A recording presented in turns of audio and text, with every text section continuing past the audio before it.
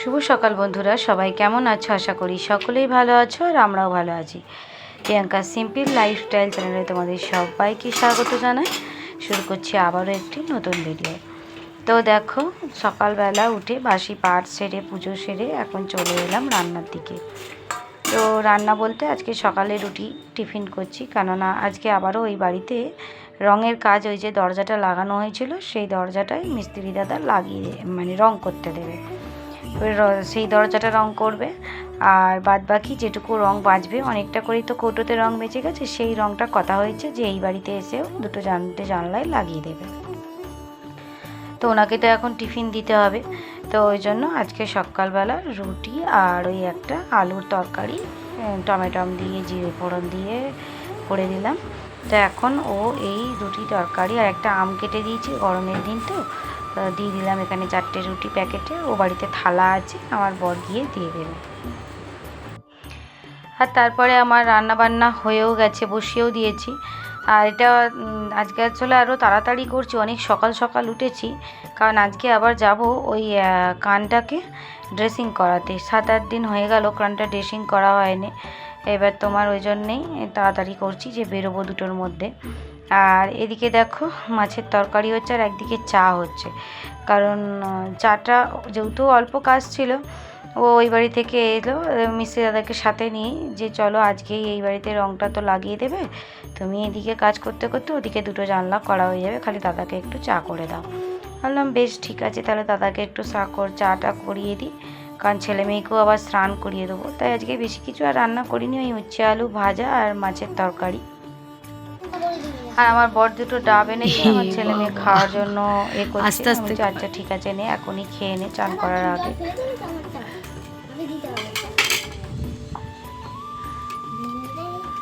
দেখো দেখো করছে, দেখো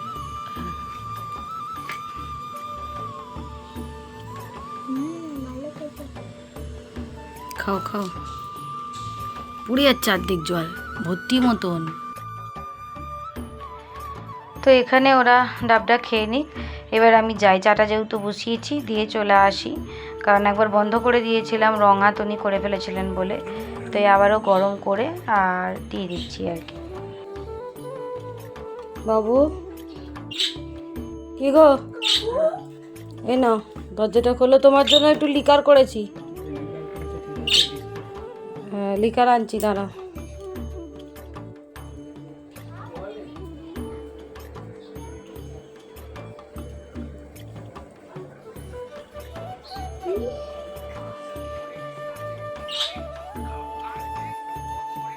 হ্যাঁ না বিস্কুট দাও বাবা, মাম্মা বিস্কুটের কৌটোটা নিয়ে আসো তো, আমি বাবার জন্য একটু বিস্কুট আনো।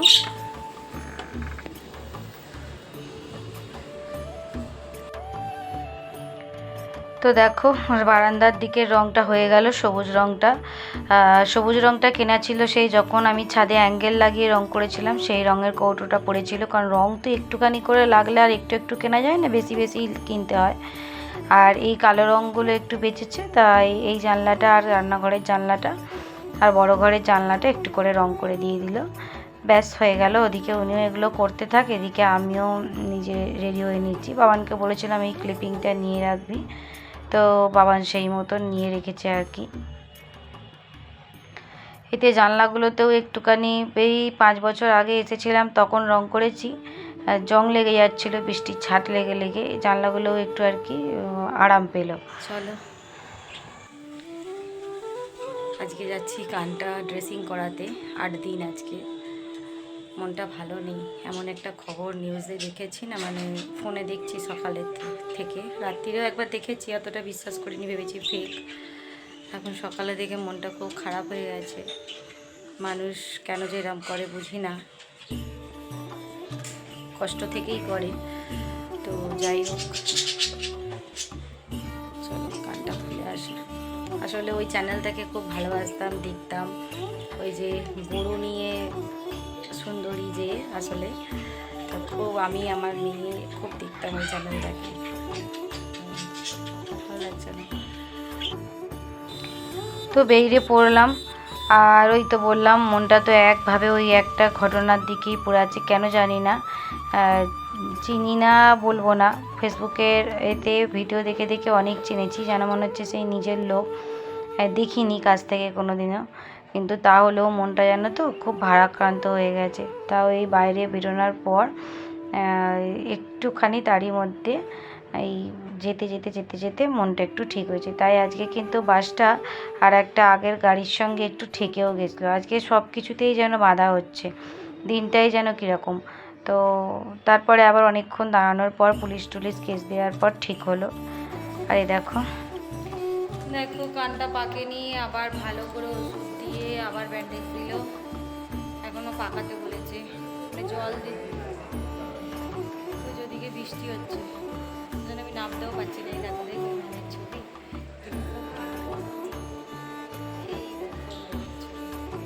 ম্যাম আজকে ভেতরে আছেন কিন্তু ক্লাস করাচ্ছেন, ওই জন্য আমি আর ডিস্টার্ব করতে পারলাম না। আবার যখন আসবো নিশ্চয়ই দেখা হলে আবার করবো। আমার জল দেওয়াটা কম হয়েছে, প্রচুর জল দিতে বলেছে কানের মধ্যে। টক তো খেয়েছি কিন্তু জল প্রচুর দিতে বলেছে। নিচেটা নামলে তো ভালো হতো। দেখো কি আরে বৃষ্টি হচ্ছে।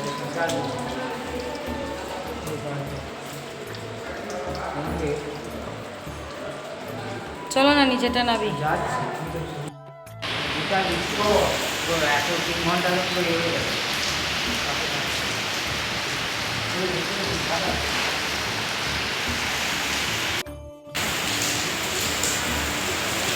কি আরাম লাগছে ঘাটটা।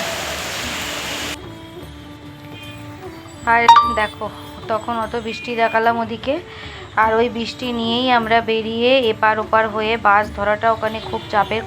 কোন রুটে আসে আর কোন রুট দিয়ে যায় বোঝা মুশকিল, যেহেতু আমাদের অচেনা। তো ওই বৃষ্টিতে ভিজে বাসে উঠলাম, আবার বাসের মধ্যেই গা শুকিয়ে গেল আর কি। তাতেই একটু ঠান্ডা লেগে গেছিলো, কারণ মেয়েকে আবার এসে অ্যাবাকাসে নিয়ে যেতে হয়েছিল। আর এই দেখো এটা তো দেখিয়েই দিলাম রবিবার, আর পরের দিনে কোনো ব্লগ করিনি। এবার রবিবার দিনেও একটু আর কি ব্লগ করছি। তো দেখো সকালবেলা উঠে ওই একই বাসি কাজকর্ম সেরে নিয়ে তোমার বানাতে লেগে গেলাম টিফিন। অনেক দিন ধরেই ডিম টোস্টটা খায় না, হচ্ছে না। আগে তো ঘন ঘন হতো, যেহেতু গরম পড়েছে না, এত গরম না, এটা দিতে চাইছিলাম না, কিন্তু ওরা এত বায়না করছে, তো ওইটাই আর কি।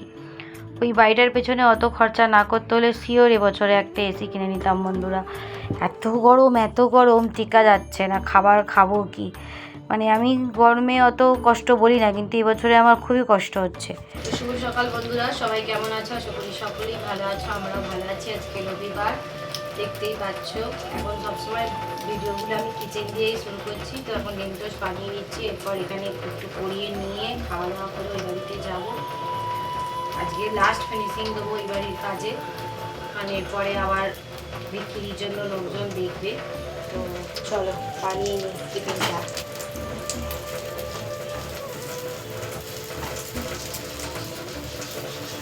এটা ঠিক হলো না, আর এটা তো দুটো হতো, এটা ঠিক হয়নি।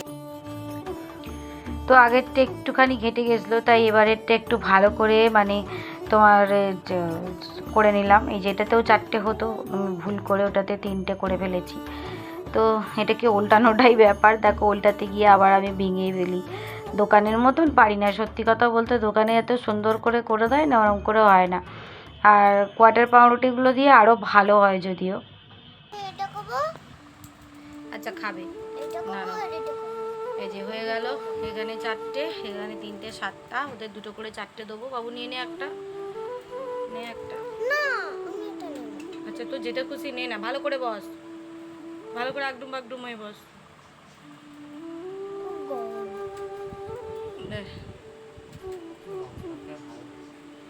লঙ্কা দিয়ে নিয়ে এনার জন্য, ইনি লঙ্কা খেতে পারেন না। আমি এখন লঙ্কা খেতে পারি, তাহলে নিয়ে খা, একটা করে খা।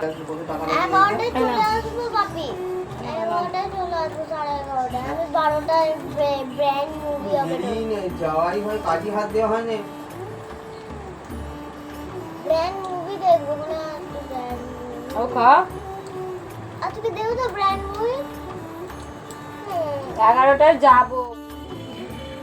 তো খাওয়া দাওয়া করে মেয়েকে একটুখানি লিখিয়ে নিলাম, একটা গাছের রচনা লিখিয়ে নিলাম, বাকিগুলো আবার ওই বাড়ি গিয়ে লেখাবো, কারণ দেরি হয়ে যাচ্ছে। আমার বর তাড়া মারছে। আমি বললাম দাঁড়াও, এতটা হয়েছে যখন আমি কানটাতে একটু জল দিয়ে যাই। আমি এই ভুলটাই করে ফেলেছিলাম, জলটা আমি সেই যেদিনকে প্রথম কানটা জুড়েছিল সেদিন দিয়ে বাদ দিয়ে তারপরের দিন দিয়েছিলাম সারাদিন, আর তারপরের দিন থেকে আর জল দিইনি, স্নান করার সময় জল দিতাম। কিন্তু ওটাই ভুল হয়ে গেছে, মানে জলটা অল টাইম 2 ঘন্টা ছাড়া ছাড়া আর কি দিতে হবে।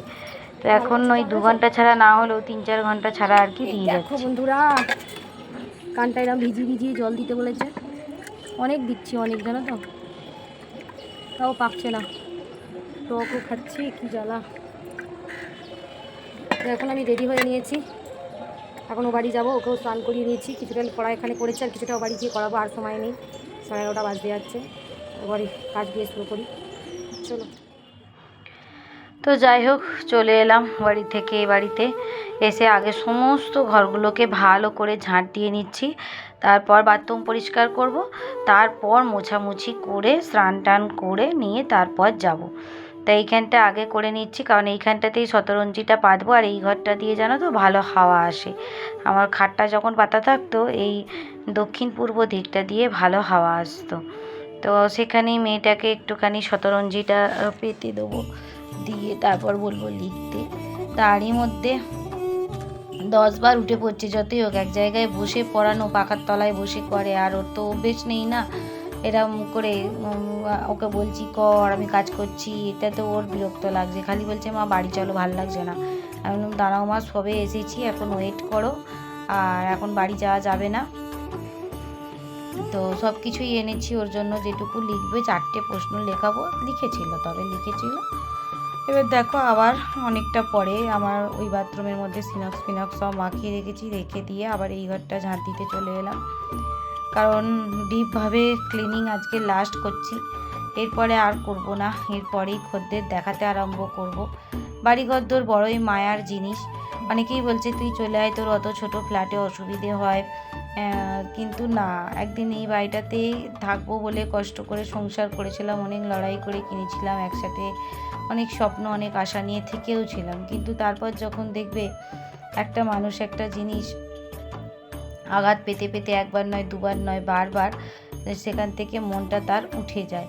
তো এইরকমই আজকে যে মেয়েটা ওরকমভাবে দুনিয়া ছেড়ে চলে গেল, কত ট্যালেন্টেড একটা মেয়ে ছিল, কত কিছু করতে পারতো। মানুষ জীবনে একজন ভালোবাসলো না তো কি হয়েছে, তোমাকে তো আরও 1000 জন ভালোবাসে, সেই ভালোবাসাকে উপেক্ষা করে যাওয়া উচিত নয়, কিন্তু পরিস্থিতি সেই সময় সেটাকে সে সামলাতে পারেনি। তার বাবা মা বোন আরও যারা পশু পাখিরা ছিলেন তাদের সবাইকে কষ্ট দিয়ে ফাঁকি দিয়ে চলে গেল। এরকম জানো তো চিন্তাভাবনা একবার আমারও হয়েছিল, কিন্তু আমি কখনোই সেই জিনিসটাকে গুরুত্ব দিইনি, কারণ আমি সবসময় ভেবেছি যে আমি চলে গেলে হয়তো আমার মা একদিনের জন্য কষ্ট পাবে, দুদিনের জন্য কষ্ট পাবে, কিন্তু আমার যে সন্তান তাদের যে আমি পৃথিবীতে এনেছি তাদের কি হবে। তো যাই হোক, সেই সব কথাগুলোই মনে পড়ে। জীবনে অনেকটা কষ্ট, অনেকটা আঘাত, অনেকটা লড়াই করে টপকে আজকে এই জায়গাটা এসেছি। আমাকে এসে বলছে যে তুমি কি এখানে থাকবে, যেখানে এত পরিষ্কার পরিচ্ছন্ন করছো? আমি বললাম থাকবো না তো ঠিক আছে, কিন্তু এটাও তো একটা মায়ার জিনিস, তো এত নোংরা করে দিয়ে যদি আমি ঘরটা ছাড়ি তাহলে কি কেউ পছন্দ করবে না নেবে বলো? এই যে বাথরুমটা দেখছো, কতবার যে এই জায়গাটা ঘষছি, এই যে ঝাঁটা দিচ্ছি, দেখো কালোটা কিছুতেই তুলতে পারছি না, একবার ছেড়ে 3-4 বার ধরে করে করে করে করে লাস্টে একটুখানি উঠেছে। মানে এত 2-3 বছর ধরে যিনি ছিলেন তিনি তো একেবারে একটা দিনও মনে হয় বাথরুমটা করতেন আর বেরিয়ে যেতেন, পরিষ্কার করেননি, তার জন্যই এই অবস্থা। এর আগেও একবার করে দিয়ে গেছি তোমার যখন আর একটা ভাড়াটে ছিল, কিন্তু এবারে যেন একদম টু মাচ লেভেলের নোংরা করেছে। তো ওখানে দেখো একটা র্যাককে সাবান মাখিয়ে রেখে এলাম, আর এইখানে চৌকাঠটা খুবই কালো হয়ে গেছে, তাই চৌকাঠটাতেও একটু অ্যাসিড মাখিয়ে দিলাম। তো মায়া হয় সব জিনিসের প্রতি। আমি এত ভেঙেছি সারা জীবনে, এত ভাঙাচোরা মন নিয়ে সংসার করেছি, তাই এখন আর কেউ আমাকে নতুন করে ভাঙতে পারে না বন্ধুরা। অন্য কত মানুষকে একটু ভালোবাসি, একটু কথা বলি, একটু গল্প করি, ভুল বুঝে কথা বলে না, কথা বলা বন্ধ করে দেয়, অ্যাভয়েড করে। তো ঠিক আছে, নো প্রবলেম, কারণ জীবনটা তো অনেক লড়াই করে তবে একটা জায়গা ধরেছি, আর এখন কি এই সংসার করব, বাচ্চাদেরকে বড় করব, আর তারপর বুড়ি হয়ে যাব, তারপর অসুখ বিসুখ হবে, একদিন মারা যাব। এই তো নিয়ম, তার মধ্যে আর ঝগড়া অশান্তি করে লাভ কী বলো। তো বাথরুমের ওই যে পটির জায়গাটা পরিষ্কার করলাম, খুবই ঘৃণা করছিল, চোখ মুখ দান মুখ খিচিয়ে বরকে মুখ করে করে করলাম। কেননা ওকে বলেছিলাম যে সবাই যখন বলছে এই দাদা একটুখানি অগোছালো ঘরদোর অপরিষ্কার রাখে, তা ছেড়ে দাও ওনাকে। কিন্তু যেহেতু এগ্রিমেন্ট করা ছিল, ও ছাড়তে পারেনি, আর তাই ঘরটার পরিস্থিতি এত খারাপ হয়ে গেছিলো। তো দেখো ওদিকে বাথরুমটা করলাম, করে আবার চলে এলাম এই ঘরগুলোকে আবার একবার করে মুছতে। তোমার ঘরগুলো না মুছলেও তো নয় না, কারণ জল ঢালা আর যাবে না। জল ঢেলে আগে যখন করেছিলাম না, তখন ওই মাটির মধ্যে ওই পোকাটা হয়ে গেছিলো। আর আমার বরকেও ক্যামেরা করতে দিচ্ছি, দেখো যতবারই দিই ওই নোংরাই ক্যামেরা প্রচুর, আর সোজা করে ধরে, আড়ে ধরতে পারে না, বুঝতে পারে না, উল্টো দিকে ধরে। তো যাই হোক, ও আমাকে সবসময় বলে ধো তোমার এই ক্যামেরা করে কী হবে, কিছু হয় না, কেউ একদম দেখো কোনো জিনিস একদিনে হয় না। এবারে আমি চেষ্টা করি, যখন একদমই পারবো না তখন ছেড়ে দেবো, কিন্তু বলে না মানুষের একটা কি চেষ্টাটুকু করে যায়, তারপর যা হয় হবে। তো এরকম করে করেই আর কি এগিয়ে যাই সব দিকেই, সেটা সংসারেই বলো, সন্তানদের ক্ষেত্রেই বলো, আর কাজের ক্ষেত্রেই বলো। আমার মেয়েকে দেখো গড়াঞ্চির ওপরে উঠে বসে আছে, মিস্ত্রি দাদা গড়াঞ্চিটা রেখে গেছে, কেননা পাশের ঘরে জেঠিমার ঘরে কাজ হবে, তাই জন্য গড়াঞ্চিটা রেখে গেছে, আর নিয়ে যায়নি। উনি আবার যখন আসবেন এখান থেকে গড়াঞ্চিটা বার করবেন আর কি। দাঁড়াও এটা করে নিই, এটা আমার হয়ে গেছে, শুকিয়ে গেছে, বাড়ন্ত হয়ে যাচ্ছে, আনতে হবে।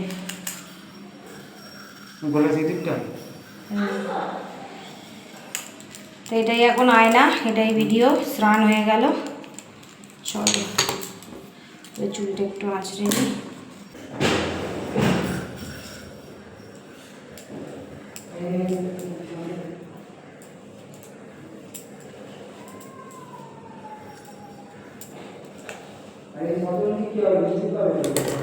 থাক, কখন এসে একটু বসবে এ করবে।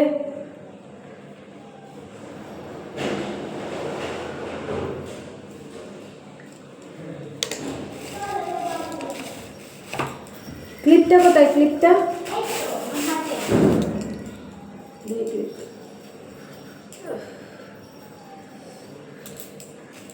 তাহলে একটু মিষ্টি দিয়ে দিই। এই যে বোঁদে ছিল বাড়িতে, বোঁদে নিয়ে চলে এসেছিলাম। চান করে শুধু যেতে নেই,